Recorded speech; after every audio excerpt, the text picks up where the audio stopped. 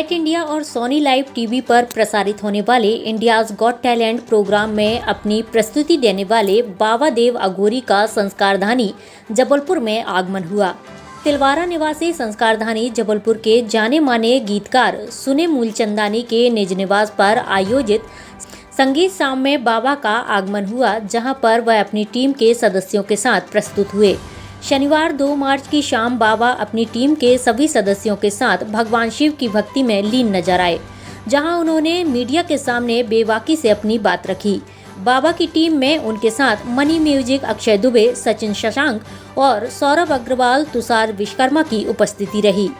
Republic report, Jabalpur. हाँ, जिंदगी मिली तो ये जरूरी है, जीना है ये काफी ना कि कोई मजबूरी है। नशे में बिता दी जो जमाने की ना होती कभी पूरी, ऐसी जिंदगी की सांस भी अधूरी है। ये जिंदगी ना कोई जंजाल पर यकीनन, जिसमें फंसे तुम वो है माया जाल। ये अफसोस है कि सच को समझना ये बातें मैट्रिक्स में फंसे सब कैसे छोड़े काल।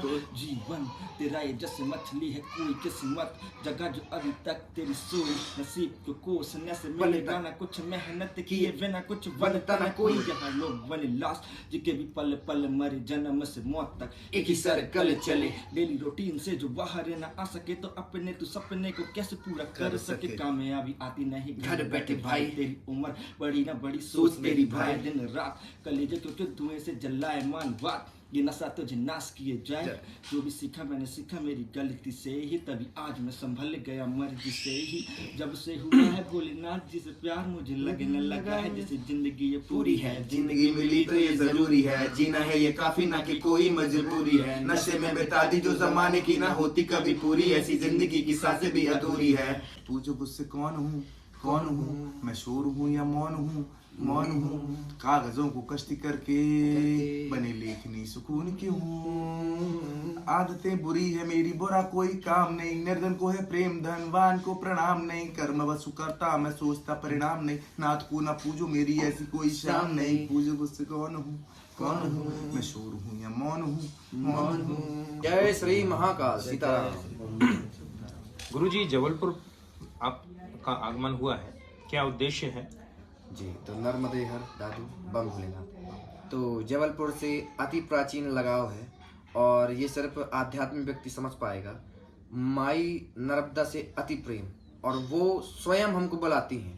तो हमारा आगमन का उद्देश्य मात्र माई, उस साथ में स्वयं के कुछ कार्य इसी क्षेत्र में पहले थे, फिर चले गए थे, तो यहाँ तो आना हमेशा रहेगा जारी। और हमारी तो तपस्या भी यहीं चली है नर्मदा घाटों में। आपके ग्वारी घाट क्षेत्र में हमने साधना की हुई है, और माई से अत्यंत लगाव जुड़ाव ये यहाँ पर आने के मुख्य कारण बनते हैं। अच्छा, अभी संगीत के क्षेत्र में जो जिस प्रकार से आपका नाम चल रहा है, तो इसका मतलब क्या शुरू से लगाव था किस प्रकार? संगीत और साधना ये दोनों को साथ में लेके चलते हैं हम, और इससे जुड़ाव ये तो अनगिनत जन्मों का है। तो यहाँ पर फलस्वरूप किसी उद्देश्य की पूर्ति के लिए सरस्वती माता ये कला देती हैं कि यदि शब्द ब्रह्म है और उसमें शक्ति है, तो उस शक्ति से लोगों की भक्ति जगाना ही उद्देश्य है। इसलिए हमारी लिखाई में भगवान के प्रति ज़्यादा स्नेह आपको दिखेगा। आगे क्या स्वप्न लगा है आपको कि आगे इसी प्रसिद्धि को और आगे बढ़ाना है, कि मतलब अध्यात्म की ओर? आध्यात्मिक क्षेत्र में प्रसिद्धि सबसे बड़ी बाधा है, क्योंकि फिर एकांत नहीं रह जाता। तो प्रसिद्धि उद्देश्य नहीं है दादू। प्रसिद्ध होने के बाद भी यदि मर ही जाना है, उद्देश्य तो मात्र भगवान के चरणों में निरंतरता है, उसी के लिए है। संगीत उसमें एक सहायक अंग है और कुछ नहीं। मनोरंजन से निरंजन की तरफ आपका संगीत जा रहा है। हाँ। इसमें आप अब तक कितना सफल हुए हैं और आगे आपकी क्या योजना है इस क्षेत्र में? संगीत में सफलता किसी उद्देश्य की पूर्ति हेतु होती है, किंतु हमारे कोई उद्देश्य नहीं है। निष्काम भाव से भगवान की चर्चा आप तक पहुंचाना है मात्र। अब आपको पसंद आएगा तो वह कहोगे, ना आएगा तो ना करोगे, लेकिन हमारी बात भगवान की थी।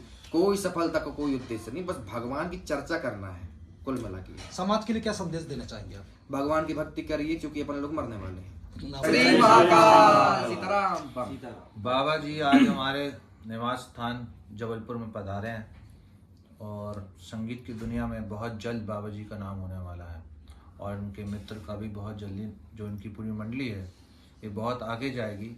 क्योंकि मैं खुद संगीत की दुनिया से अभी पिछले 5 सालों से काम कर रहा हूँ, और इन्हीं के जैसे मैं संघर्ष भी कर रहा हूँ। और पर मैं इनके साधना में जो शक्ति है, मैं नहीं समझता कि मैं अभी तक अपनी जर्नी में जितने लोगों से मिला वो मैंने किसी पे देखी हो। तो मैं बिल्कुल अपने तन और मन से बोलूँगा कि अगर इनकी मंजिल बहुत ज़्यादा दूर नहीं है और ये आने वाले समय में एक नहीं बहुत सारे हिट रैप सॉन्ग देंगे आपको, और जिसमें सिर्फ सॉन्ग नहीं एक साधना भी आप देखेंगे। और बाबा जी और मैं बाबा जी से जब कांटेक्ट हुआ मेरा, तो मैंने बाबा जी के मित्र से मुलाकात की और उनका जब रैप सॉन्ग सुना तो मुझे ये भरोसा हुआ कि हम साथ में मिलकर कर सकते हैं। क्योंकि मैं जो भी गाने लिखता हूँ वो बॉलीवुड टच रहता है। मैं डिवोशनल उतना अच्छा नहीं लिखता हूँ, पर हाँ मैं बॉलीवुड को, मेरे जितने भी गाने हैं आपको बॉलीवुड की फील मिलेगी। मैं एक छोटा सा आपको रैप सॉन्ग सुनाता हूँ जैसे बाबा जी ने आपको सुनाया। मेरा इश्क था सच्चा, मेरा इश्क था सच्चा, तुम मानो ना मानो, मेरे प्यार का वादा था सच्चा, तुम मानो ना मानो, इश्क में मैंने खोया खुद को, आज भी मैं वहीं खड़ा हूँ जिस गली में छोड़ा था तुमने, तुम मानो ना मानो, तुमसे बातें जो करता, जो सकूं जो मिलता, दुनिया की सारी खुशियों में लिपटा जो मैं रहता, दारू की बोतल को पी के भी तुम्हें भूल नहीं पाता, क्या सच्चा क्या झूठा मैं नहीं जानता, मेरा इश्क था सच्चा, तुम मानो ना मानो, तुम मानो ना मानो। और एक कविता लिखी थी मैंने एक आर्टिस्ट लोग के लिए। कलाकारों की इस भीड़ में क्या मैं भी कलाकार हूँ, कभी ना जो बना वजूद मेरी माँ का भी गुनहगार हूँ, जीत लूंगा कलम को साथ करके, ये झूठी बातें हैं, कल तक तो बेबस था आज कल लाचार हूँ, कलाकार हूँ या फिर बेकार हूँ। नाम बता दीजिए अपना।